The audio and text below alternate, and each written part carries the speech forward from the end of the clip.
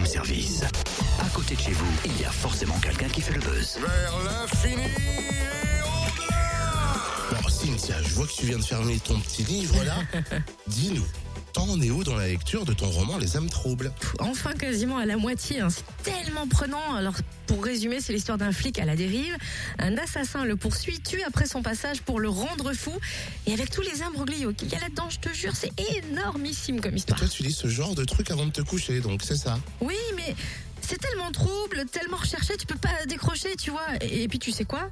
Ce livre a quand même reçu le prix du premier roman policier du Festival de Bâle 2015. Bon alors, au milieu du livre, on sait qui c'est le tueur ou pas? Tu veux pas que je te donne toutes les clés du livre non plus ? Allez! Par contre, la clé de la réussite de cet ouvrage, on peut la demander à Olivier Tavot, son auteur. Ça tombe bien, nous sommes le 25 mars. C'est aujourd'hui que sort le livre Les âmes troubles en librairie. Bonjour Olivier. Bonjour. Alors, vous êtes diplômé d'urbanisme.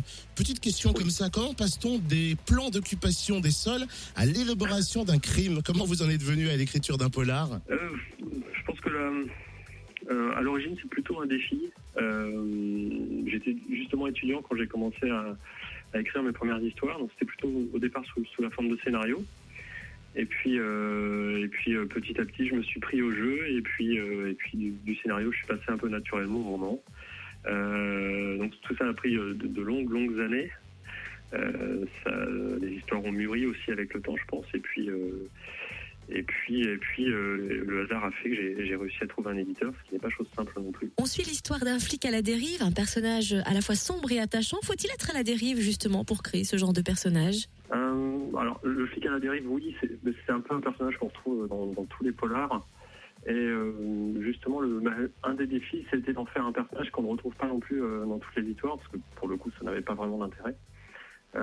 Donc j'ai vraiment essayé d'en faire quelque chose, ou plutôt quelqu'un de particulier, à la fois dans son histoire et dans son évolution.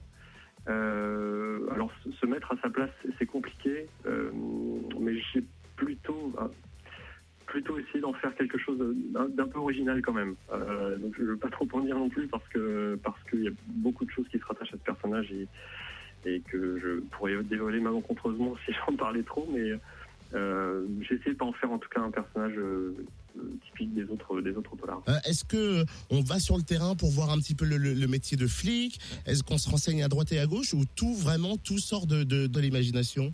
Une grosse part est laissée à l'imagination quand même. Et après, pour essayer au mieux de coller à la réalité, je me suis beaucoup renseigné. Alors pas forcément en me déplaçant sur place, mais en lisant beaucoup, en faisant des recherches sur Internet, en m'inspirant aussi d'autres polars qui ont pu être écrits par des personnes beaucoup mieux informées que moi. Et puis petit à petit, en prenant des morceaux par-ci par-là, on arrive en tout cas j'espère, on arrive à construire quelque chose d'à peu près cohérent, en tout cas qui colle le plus possible à la réalité pour que ce ne soit pas quelque chose de complètement délirant non plus, sinon on rentre dans un autre genre après. Qu'est-ce qu'on ressent quand on reçoit le prix du premier roman policier, qui plus est aux éditions du Masque, la première collection policière française? C'est d'abord un peu d'incompréhension. On ne sait pas trop ce qui nous arrive parce que tous les auteurs qui ont été confrontés à ça, enfin tous ceux qui ont essayé en tout cas de trouver un éditeur vont sûrement savoir de quoi je parle. Quand on envoie des manuscrits un peu des missions d'édition comme ça, on a plutôt l'impression de se heurter à un mur ou à une grosse machine qui digérait les manuscrits et qui nous enverrait une lettre type en disant qu'on est bien gentil mais que notre manuscrit ne rentre pas dans la ligne éditoriale. Donc quand on reçoit le coup de téléphone de la responsable éditoriale du Masque qui vous dit que votre manuscrit est bon, qu'il compte le présenter au jury du Festival de Beaune et qu'il est possible qu'il soit édité, on a un peu au début, on pense que c'est une farce, qu'on va se réveiller ou alors que la personne s'est trompée de numéro de téléphone. Et puis quand les choses se mettent en place, et surtout quand le contrat vous arrive par la poste, là, vous commencez un peu à matérialiser les choses et à vous rendre compte que non, c'est pas une blague.